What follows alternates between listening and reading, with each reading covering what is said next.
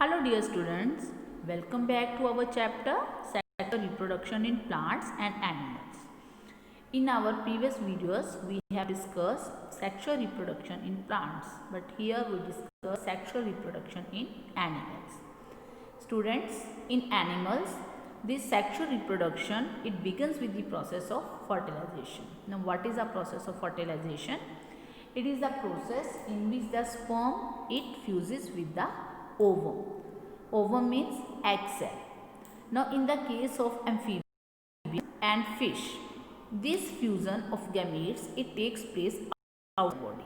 So that's why this fusion or fertilization, it is also known as the external fertilization. So students, here in this case, the female, it lays eggs in the surrounding water and the male lays his sperms nearest to these eggs. Then both these sperms and eggs, they fuse in the water to form the zygote. So as this fertilization, it takes place outside the female's body, so it is known as the external fertilization. But in the case of mammals, birds and reptiles, the sperm, it fuses with the egg inside the female's body, so it is known as the internal fertilization. Now students, we will discuss male reproductive system. Now what do you mean by male reproductive system? Now all the reproductive parts which are present in the male body, they constitute the male reproductive system. The main part of the male reproductive system, it is the male sex cells, and these male sex cells, they are also known as the sperms. Now these male sex cells, they are produced in large number in the testes. And students, there are two testes, as you can see in this diagram. Here it is only one testis is shown, but actually there are two testes, and these testes, they lie outside the abdominal cavity. Just below our abdomen they lie, and these testes, they lie in a sac-like structure. This you know, this you can see that this is a sac-like structure, and this sac-like structure, it is known as the scrotum. Now from the scrotum, one tube arises, and this tube, it is known as the epididymis. This is another small sac-like structure which is known as the epididymis. So in this epididymis, the sperms, they get mature. The sperms, they are produced by the testes, and after that they get mature in this tube-like structure which is lying close to the testes, and this is known as the epididymis. Now from the epididymis, these sperms, they travel up into a tube, and this tube, it is known as the vas deferens. Here you can see that these sperms, they from epididymis, they travel through a long tube-like structure which is known as the vas deferens. Now this vas deferens tube, it opens into another tube, and this another tube, it is known as the urethra, and this urethra, it extends from the urinary bladder, and then it goes to the another structure which is known as the penis. So on their way through the vas deferens, on their way through the, this is a vas deferens, when these sperms, they pass through this vas deferens, then they mixed with so many secretions which are secreted by various glands. So the mixture of sperms and secretions here, it is known as the semen. Then this semen is passed through this urethra, and then it is going to this penis, and then from the penis it is released into the opening of the female's reproductive system. So it is all about this male reproductive system. Now students, if we discuss the structure of sperm, then you will come to see that this sperm, here you can see that it is the structure of sperm. Yes, you can see here that this is the structure of sperm. You can see that this sperm, it is having mainly two parts. This part, it is known as the head of the sperm. This part, it is known as the tail of the sperm. And this tail, it mainly helps the sperm to pass into the female's reproductive system. So it is all about the structure of sperm as well as about the male reproductive system. Now students, we will discuss the female reproductive system. Now in female reproductive system, there is a pair of ovaries, and the main function of these ovaries, it is to produce eggs or o. These eggs, they are also known as the ova, and these ovaries, they are located in the lower part of the abdominal cavity. It is the location of the ovary. Where do these ovaries locate? These ovaries, they located in the lower part of the abdominal cavity. Now if we discuss the structure of this female reproductive system, then here you can see that these are the two ovaries. These are the two ovaries, and main function of this ovary, it is to produce eggs, and each ovary, it is located to a uterus, with the help of a ligament which is known as the ovarian ligament. Now again you will come to see that each ovary, it is attached to a hollow muscular organ, this I have already told, which is known as the uterus by an ovarian ligament, and only one ovum, it gets released every month by either of the ovary. Means only one ovum, it is released from either ovary in a month. Then the upper portion of this ovary, it is surrounded by these finger-like projections, and these finger-like projections, they arise from this funnel-shaped cavity of this tube. This is a tube, and this is the funnel-shaped cavity of the tube. This funnel-shaped cavity of the tube, it is having these finger-like projections, and this tube, it is known as the fallopian tube. So this ovary, it is surrounded by these finger-like projections of the fallopian tube. This fallopian tube, it is also known as the oviduct. Now this fallopian tube, again it opens into this uterus. Okay, the fallopian tube, again it opens into this uterus.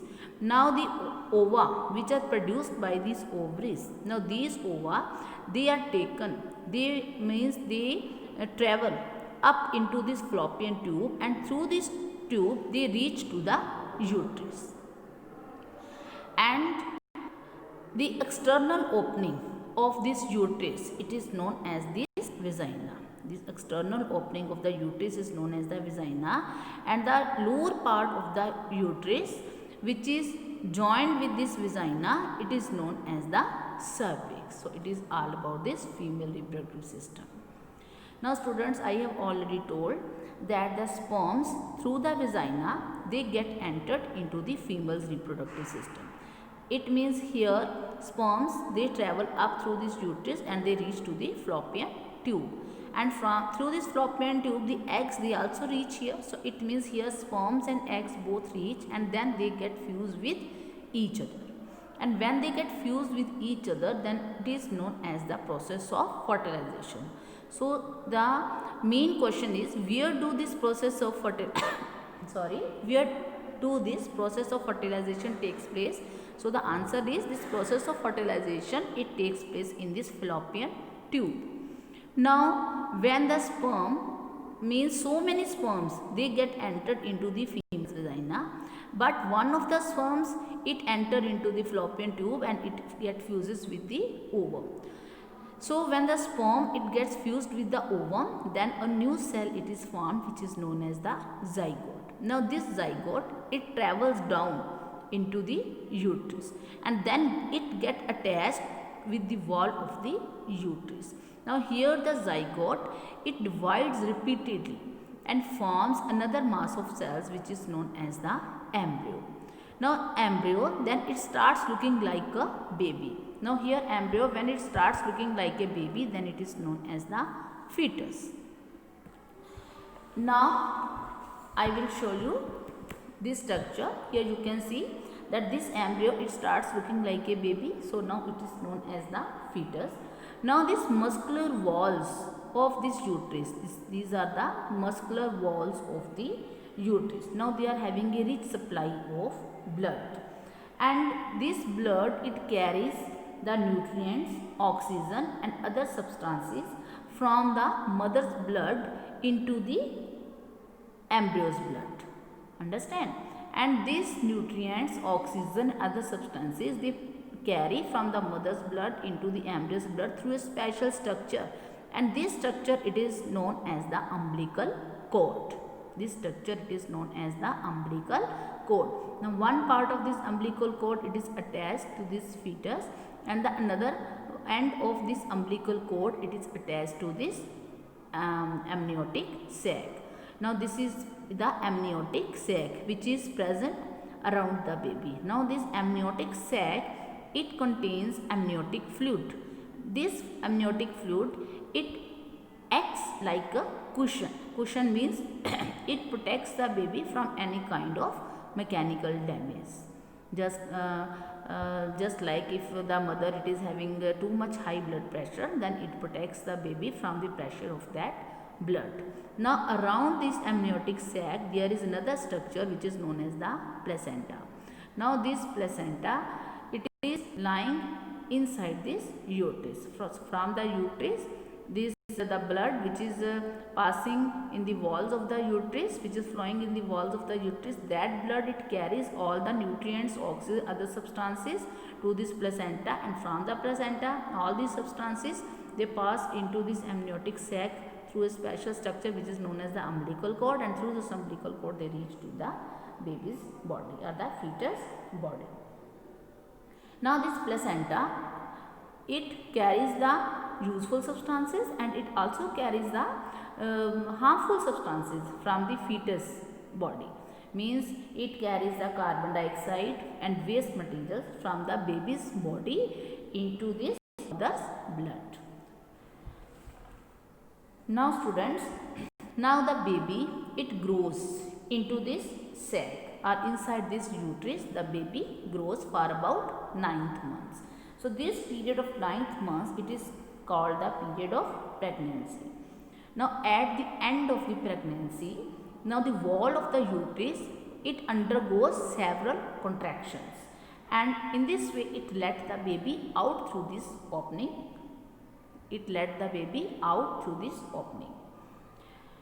Now sometimes two ova they get mature at the same time. Earlier I have told you that only one ovum it is released from the ovary. So many ova they are produced by the ovary, but only one ovum it gets matured, and then that ovum it is released from the either of the ovaries in a month. But sometimes two ovas they get matured at the same time.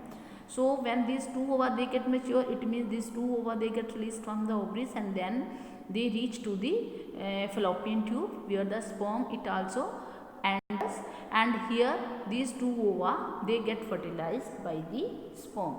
So when these two ova they get fertilized by the sperm, so it means this process of fertilization it results in the birth of twins. Means it results in the birth of two non-identical babies. So these two non-identical babies they are known as the twins, and they are also known as the fraternal twins. Fraternal twins means when two ova they get matured, then they get fertilized and resulting in the birth of two non-identical twins, and these two non-identical twins they are known as the fraternal twins. Now these twins, because they are non-identical, so they look different from each other. Now sometimes the twins are also born when the fertilized egg it divides into two. So when the same cell gets divided into two, then from these two cells again two babies develop.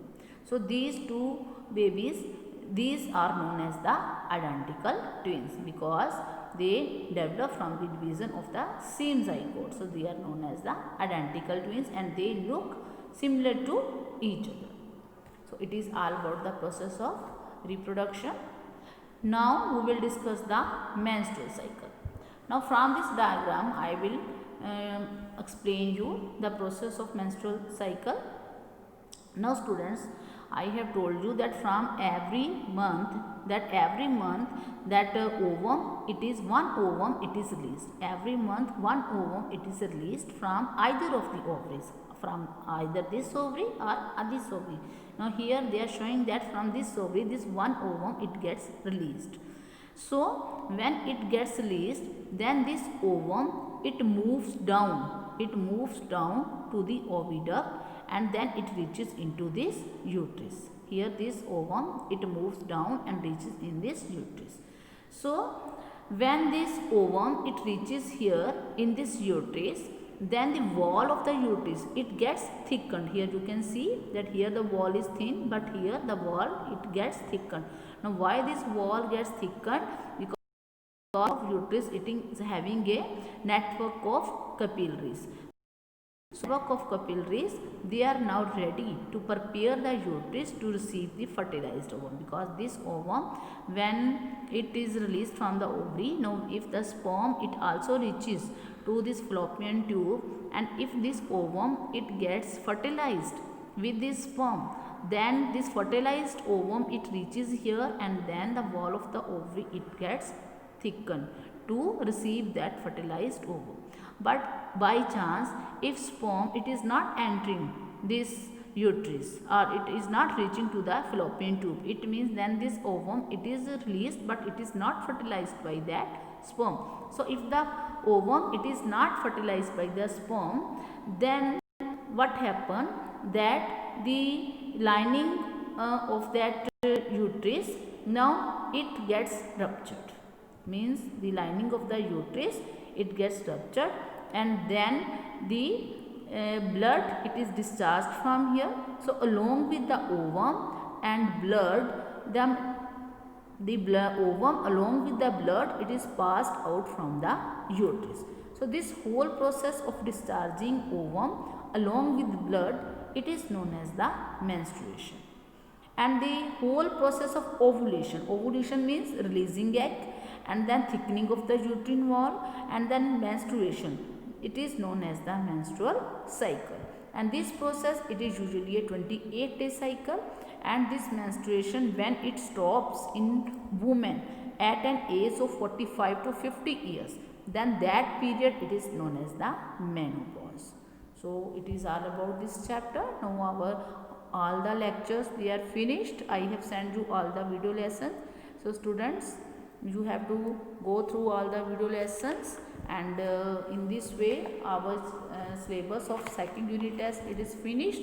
So until that, you have to revise all the this chapter, full chapter, and stay safe, stay happy. Okay, bye, thank you.